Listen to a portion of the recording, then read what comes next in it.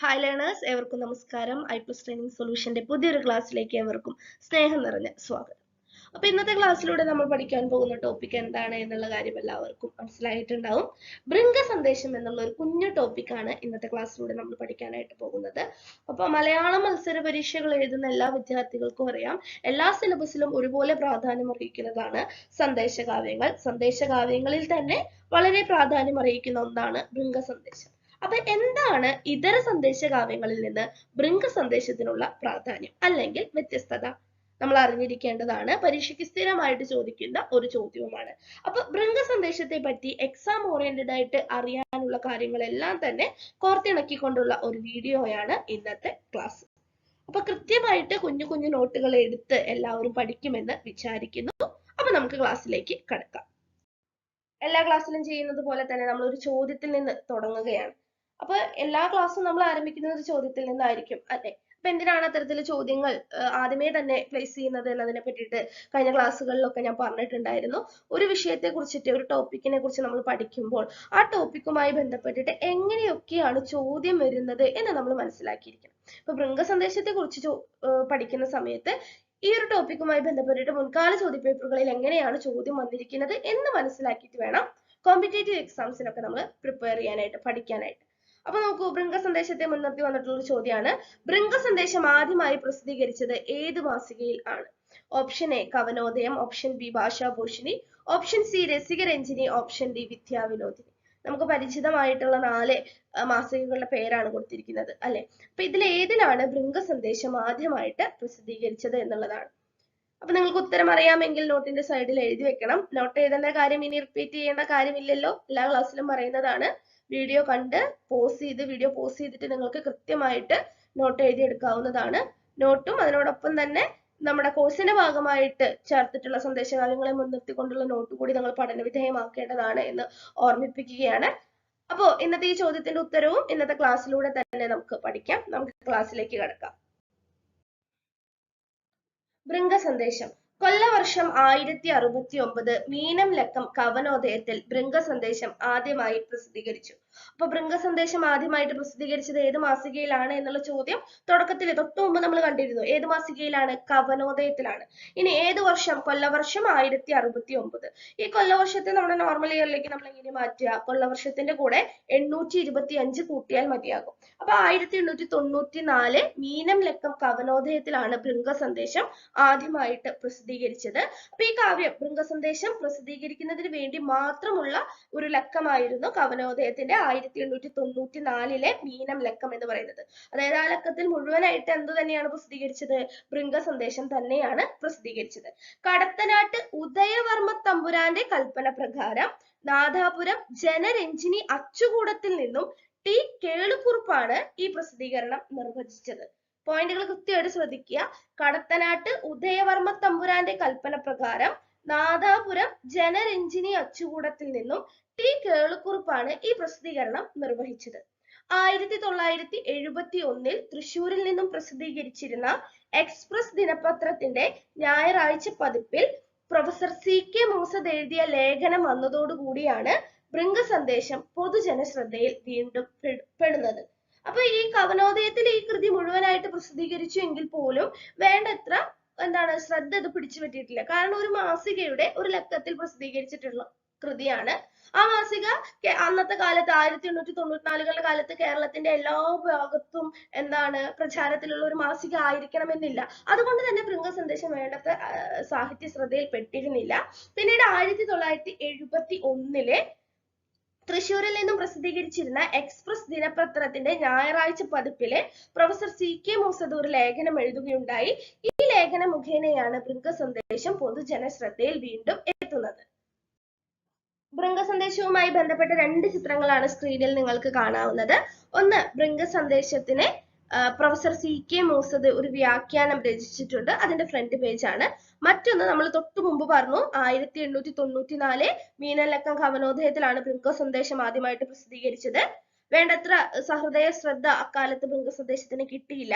പിന്നീട് 1971 തൃശ്ശൂരിൽ നിന്നും പ്രസിദ്ധീകരിച്ചിരുന്ന എക്സ്പ്രസ് ദിനപത്രത്തിന്റെ ഞായറാഴ്ച പതിപ്പിലെ പ്രൊഫസർ CK മൂസദ് ഒരു ലേഖനം എഴുതുകയുണ്ടായി. ആ ലേഖനമാണ് നിങ്ങൾക്ക് ഇപ്പോൾ സ്ക്രീനിൽ കാണാവുന്നത്. ബൃങ്ക സന്ദേശത്തെ പറ്റി വീണ്ടും കാവ്യഭംഗിയും ചരിത്ര പ്രസിദ്ധിയും എന്നുള്ളതായിരുന്നു ആ ലേഖനത്തിന്റെ ടൈറ്റില്. എഴുതിയത് ആരാണ്? CK മൂസദ് ആണ്. അപ്പൊ അതാണ് നിങ്ങൾക്ക് സ്ക്രീനിൽ കാണാവുന്നത്. കടത്തനാട്ടിൽ നിന്നും കിട്ടിയ കവനോദയത്തിന്റെ ഒരു പ്രതി വെച്ചുകൊണ്ടാണ് പ്രൊഫസർ മൂസദ് ഈ ലേഖനം എഴുതിയത്. അപ്പൊ ലേഖനത്തിന്റെ ടൈറ്റിലൊക്കെ നിങ്ങൾ കണ്ടുവല്ലോ. യെസ്, നോട്ട് ചെയ്ത് വെക്കുക. പിന്നീട് 1973 CK മൂസദ് ബൃങ്ക സന്ദേശത്തിന്റെ പുതിയൊരു പതിപ്പ് പ്രകാശനം ചെയ്യുകയുണ്ടായി. അദ്ദേഹം വ്യാഖ്യാനമടക്കം പ്രസിദ്ധീകരിച്ചിട്ടുണ്ടായിരുന്നു എന്ന് നമ്മൾ പറഞ്ഞു അല്ലെ. ഇനി ബൃങ്ക സന്ദേശത്തിന്റെ കവി ആരാണ്? ഇനി നമ്മൾ കൃതിയിലേക്ക് നേരിട്ട് കടക്കുകയാണ്. ഏറ്റവും ബേസിക് ആയിട്ടുള്ള കാര്യങ്ങൾ ആര്, എന്ന്, എപ്പോൾ, എവിടെ പ്രസിദ്ധീകരിച്ചു എന്നുള്ളതൊക്കെ നമ്മൾ പറഞ്ഞു. ഇനി ബൃങ്ക സന്ദേശത്തിന്റെ കവി ആരാണ്? അപ്പാടെ വീട്ടിൽ രാമനെഴുത്തച്ഛൻ എന്നൊരാളാണ് ബൃങ്ക സന്ദേശത്തിന്റെ കർത്താവ് എന്നുള്ളത് കവനോദയ മാസിക തന്നെ നമുക്ക് സൂചന തരുന്നുണ്ട്. അപ്പാടെ വീട്ടിൽ രാമനെഴുത്തച്ഛൻ എഴുതിയ സന്ദേശ കാവ്യമാണ് ഏത്? ബൃങ്ക സന്ദേശം. ഇനി കാവ്യവുമായി ബന്ധപ്പെട്ടിട്ട് ബൃങ്ക സന്ദേശവുമായി ബന്ധപ്പെട്ടിട്ടുള്ള ഇമ്പോർട്ടന്റ് ആയിട്ടുള്ള കാര്യങ്ങളിലേക്ക് നമുക്ക് കടക്കാം. ബൃങ്ക സന്ദേശം 2 ആശ്വാസങ്ങളായി വിഭജിക്കപ്പെട്ടിരിക്കുന്നു. 2 ഭാഗങ്ങളായിട്ട് വിഭജിക്കപ്പെട്ടിരിക്കുന്നു. കൃതിയിൽ തന്നെ ആശ്വാസം എന്നുള്ള വേർഡ് കൊടുത്തിട്ടുള്ളത് കൊണ്ടാണ് അങ്ങനെ തന്നെ ഇവിടെ പറയുന്നത്. CK മൂസദ് നൽകിയിരിക്കുന്ന വ്യാഖ്യാനത്തിലും ആശ്വാസങ്ങൾ എന്ന് തന്നെയാണ് പറഞ്ഞിരിക്കുന്നത്. ബൃങ്ക സന്ദേശം 2 ആശ്വാസങ്ങളായി വിഭജിക്കപ്പെട്ടിരിക്കുന്നു. പ്രഥമ ആശ്വാസത്തിൽ 72ഉം ദ്വിതീയ ആശ്വാസത്തിൽ 79ഉം ശ്ലോകങ്ങൾ വീതം അടങ്ങിയിരിക്കുന്നു. ശ്രദ്ധര വൃത്തത്തിലാണ് രചിച്ചിരിക്കുന്നത്. ഏത് കാവ്യം? ശ്രദ്ധര വൃത്തത്തിൽ രചിച്ചിട്ടുള്ള കാവ്യമാണ് ബൃങ്ക സന്ദേശം. വിപ്രലംബ ശൃംഗാരമാണ് അങ്കിയായ രസം. അങ്കിയായ രസം ഏതാണ്? വിപ്രലംബ ശൃംഗാരമാണ്. ഗോകർണം മുതൽ തിരുവനന്തപുരം വരെയുള്ള വർണ്ണനയാണ് ബൃങ്ക സന്ദേശത്തിലുള്ളത്. ഗോകർണം മുതൽ തിരുവനന്തപുരം വരെയുള്ള വർണ്ണന കാണുന്ന സന്ദേശകാവ്യം ഏതാണ്? ബൃങ്ക സന്ദേശമാണ്. ബൃങ്കം ആരുടെ കയ്യിലാണ് സന്ദേശം കൊടുത്തയക്കുന്നത്? വണ്ടിന്റെ കയ്യിലാണ് എന്നുള്ള കാര്യത്തിൽ ആർക്കും സംശയമില്ലല്ലോ? ഇല്ല. അപ്പോ ശ്രദ്ധര വൃത്തത്തിലാണ് കാവ്യം രചിച്ചിരിക്കുന്നത് എന്നുള്ള പോയിന്റ് ഇമ്പോർട്ടന്റ് ആയിട്ട് നോട്ട് ചെയ്ത് വെക്കണം. എന്തുകൊണ്ടാണ് ആ പോയിന്റ് ഇത്ര ഇമ്പോർട്ടന്റ് ആവുന്നത്? തൊട്ടു മുമ്പ് നമ്മൾ പഠിച്ചു അല്ലേ സന്ദേശകാവ്യങ്ങളുടെ വൃത്തം ഏതാണ് എന്നുള്ളത്. ഏതാണ് വൃത്തം? പഠിച്ചതാണല്ലോ നമ്മൾ കഴിഞ്ഞ ക്ലാസ്സിലെ. മന്ദാക്രാന്ത വൃത്തമാണ് സന്ദേശകാവ്യങ്ങളുടെ വൃത്തം. ഉണ്ണുനീലി സന്ദേശവും എല്ലാം രചിച്ചിരിക്കുന്നത് ഏത് വൃത്തത്തിൽ തന്നെയാണ്? മന്ദാക്രാന്ത വൃത്തത്തിൽ തന്നെയാണ്. അപ്പൊ ഇതര സന്ദേശകാവ്യങ്ങളിൽ നിന്നും വിഭിന്നമായി അപ്പാടെ വീട്ടിൽ രാമനെഴുത്തച്ഛൻ എഴുതിയ ഗോകർണം മുതൽ തിരുവനന്തപുരം വരെ വർണ്ണിക്കുന്ന ബൃങ്ക സന്ദേശം രചിച്ചിരിക്കുന്നത് ഏത് വൃത്തത്തിലാണ്? ശ്രദ്ധര വൃത്തത്തിലാണ്. അപ്പൊ മന്ദാക്രാന്ത വൃത്തങ്ങളിൽ നിന്ന് വിഭിന്നമായി ശ്രദ്ധര വൃത്തത്തിൽ രചിച്ചിരിക്കുന്ന സന്ദേശകാവ്യം ഏതാണ്? അപ്പാടെ വീട്ടിൽ രാമനെഴുത്തച്ഛന്റെ ബൃങ്ക സന്ദേശമാണ്. ബൃങ്ക സന്ദേശം, ശ്രദ്ധര വൃത്തം. ഇനി എല്ലാ സന്ദേശകാവ്യങ്ങളിലും കാണുന്നത് പോലെ വിപ്രലംബ ശൃംഗാരമാണ് അങ്കിയായിട്ടുള്ള രസം. ഗോകർണം മുതൽ തിരുവനന്തപുരം വരെയുള്ള വർണ്ണന കാണുന്നു. പരശുരാമ ക്ഷേത്രത്തിനെ കുറിച്ചിട്ടുള്ള ഒരു സമഗ്രമായിട്ടുള്ള വർണ്ണന ബൃങ്ക സന്ദേശത്തിൽ കാണാനായിട്ട് സാധിക്കും. അപ്പൊ ഗോകർണം മുതൽ വൈക്കം വരെയുള്ള നാടുകളെ പറ്റിയിട്ട് വിശദമായി തന്നെ കൃതിയിൽ വർണ്ണിച്ചിട്ടുണ്ട്. അപ്പൊ നമ്മൾ ചില ഉദാഹരണങ്ങളൊക്കെ ഇന്നത്തെ ക്ലാസ്സിലൂടെ തന്നെ വരികളൊക്കെ നമ്മൾ പരിചയപ്പെടുന്നുണ്ട് കേട്ടോ.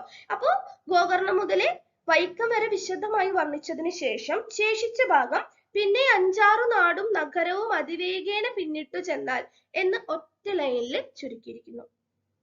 അപ്പൊ ഗോകർണം മുതൽ വൈക്കം വരെ വിശദീകരിച്ച് പറയുകയും പിന്നീട് ഒരൊറ്റ ലൈനില് 5-6 നാടും നഗരവും അതിവേഗേന പിന്നിട്ടു ചെന്നാൽ എന്ന് സംക്ഷേപിച്ചിരിക്കുകയും ചെയ്യുന്നു. പിന്നെ വർണ്ണിക്കുന്നത് ഏതിനെ കുറിച്ചിട്ടാണ്? തിരുവനന്തപുരത്തിനെ കുറിച്ചിട്ട് ആണ്. അപ്പൊ കാവ്യത്തിൽ ഏറ്റവും ഇമ്പോർട്ടന്റ് ആയിട്ട് നമ്മൾ നോക്കിയിരിക്കേണ്ട കാര്യങ്ങളാണ് നമ്മളിപ്പോൾ പറഞ്ഞത്. ശ്രദ്ധര വൃത്തത്തിൽ രചിച്ചിരിക്കുന്ന സന്ദേശകാവ്യം ഏതാണ്? മന്ദാക്രാന്ത വൃത്തത്തിൽ അല്ലാതെ രചിച്ചിരിക്കുന്ന സന്ദേശകാവ്യം ഏതാണ്? അപ്പാടെ വീട്ടിൽ രാമനെഴുത്തച്ഛന്റെ ബൃങ്ക സന്ദേശമാണ്.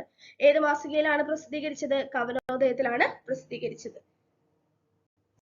ബൃങ്ക സന്ദേശത്തിന്റെ ഏറ്റവും വലിയ പ്രത്യേകത നമ്മൾ പറഞ്ഞു അല്ലെ. ഇതര സന്ദേശകാവ്യങ്ങളിൽ നിന്ന് വിഭിന്നമായിട്ട് ബൃങ്ക സന്ദേശം രചിച്ചിരിക്കുന്നത് ഏത് വൃത്തത്തിലാണ്? ശ്രദ്ധര വൃത്തത്തിലാണ്. മറ്റ് സന്ദേശകാവ്യങ്ങളെല്ലാം തന്നെ മന്ദാക്രാന്ത വൃത്തത്തിലാണ് വിരചിതമായിരിക്കുന്നത്.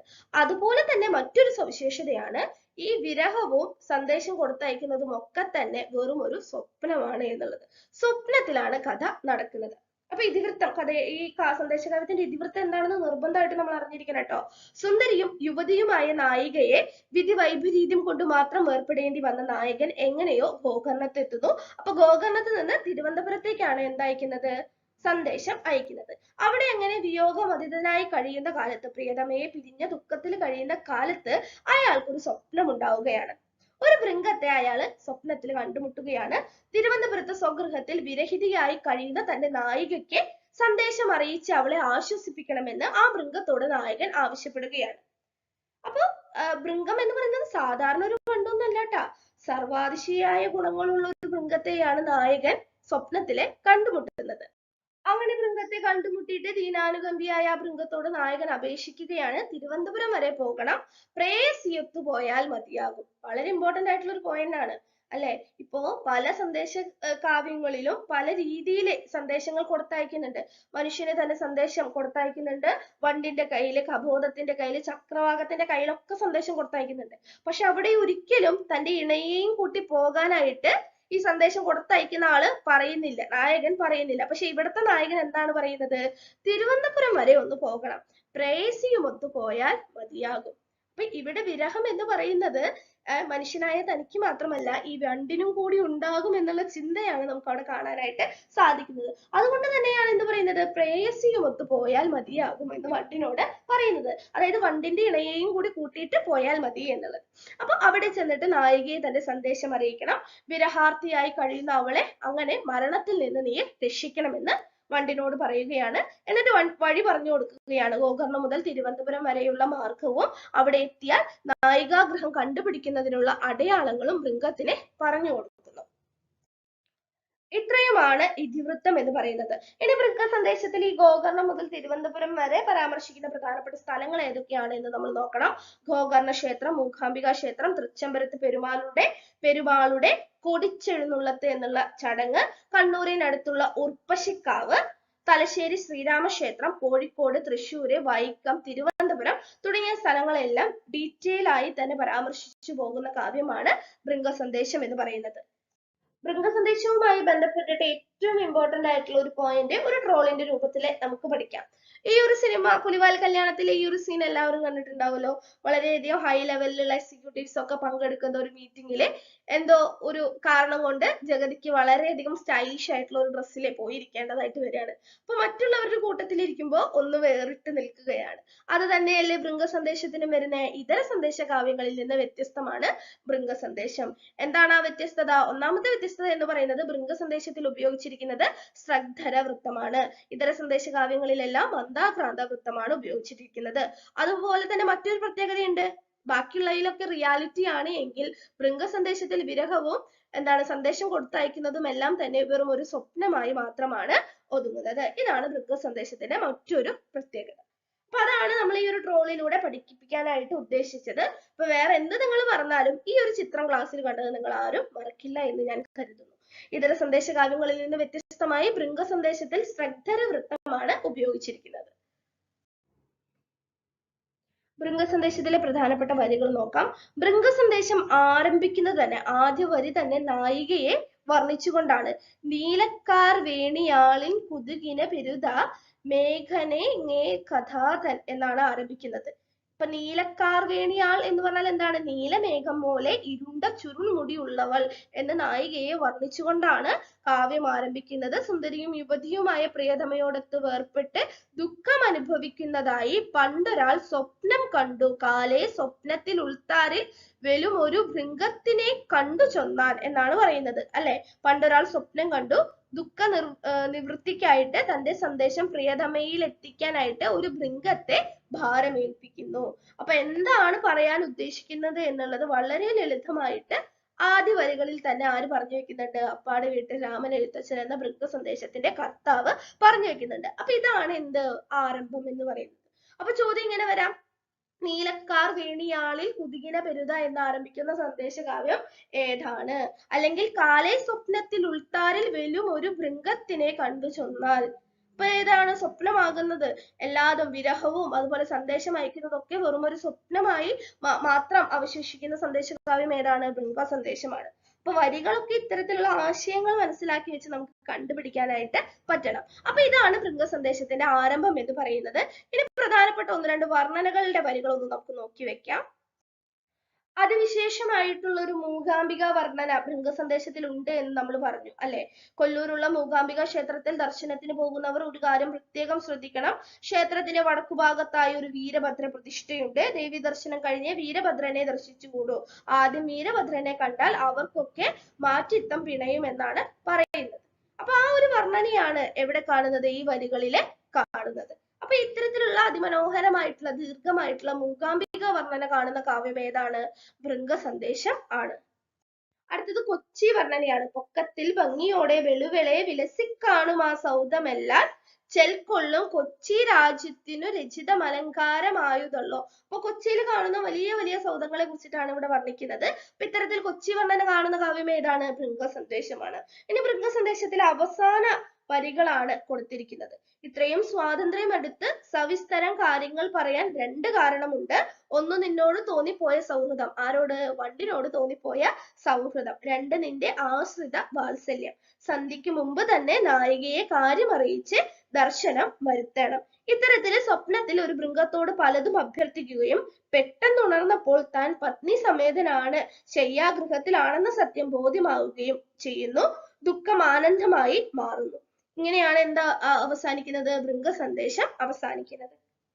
അപ്പൊ ഭൃംഗസന്ദേശത്തിലെ തുടക്കവും അവസാനവും നമ്മൾ കണ്ടു. പ്രധാനപ്പെട്ട മൂകാംബിക വർണ്ണനയും കൊച്ചു വർണ്ണനയും നമ്മൾ കണ്ടു. അപ്പൊ നിങ്ങൾ ഭൃംഗസന്ദേശം ഒന്ന് ഗൂഗിളിൽ അടിച്ചു നോക്കുകയാണ് എങ്കിൽ നമുക്ക് ഇതിന്റെ എന്താണ് സ്കാൻഡ് പ്രിന്റ് നമുക്ക് വായിക്കാനായിട്ട് പറ്റും. അത്തരത്തിൽ വായിച്ചിട്ടാണ് ഈ വരികളെല്ലാം തന്നെ എടുത്തിരിക്കുന്നത്. അപ്പൊ ഭൃംഗസന്ദേശവുമായി ബന്ധപ്പെട്ടിട്ട് എക്സാം ഓറിയന്റഡ് ആയിട്ട് നമ്മൾ അറിഞ്ഞിരിക്കേണ്ട കാര്യങ്ങളാണ് നമ്മൾ ഇവിടെ ചർച്ച ചെയ്തത്. ഭാഷാപരമായിട്ടുള്ള പ്രത്യേകതകളൊക്കെ വായിച്ചാൽ നമുക്ക് മനസ്സിലാവുന്നല്ലോ. അധികമായിട്ട് സംസ്കൃത പദങ്ങളൊന്നും കുത്തിച്ചേർത്തിട്ടില്ല. എന്താണ്, ലളിതമായിട്ടുള്ള മലയാള പദങ്ങളാണ്. ഒന്ന് രണ്ട് വട്ടം ആവർത്തിച്ച് വായിച്ചാൽ നമുക്ക് അർത്ഥം എളുപ്പത്തിൽ ഗ്രഹിച്ചെടുക്കാൻ പറ്റുന്ന കാവ്യം തന്നെയാണ് ഭൃംഗസന്ദേശം.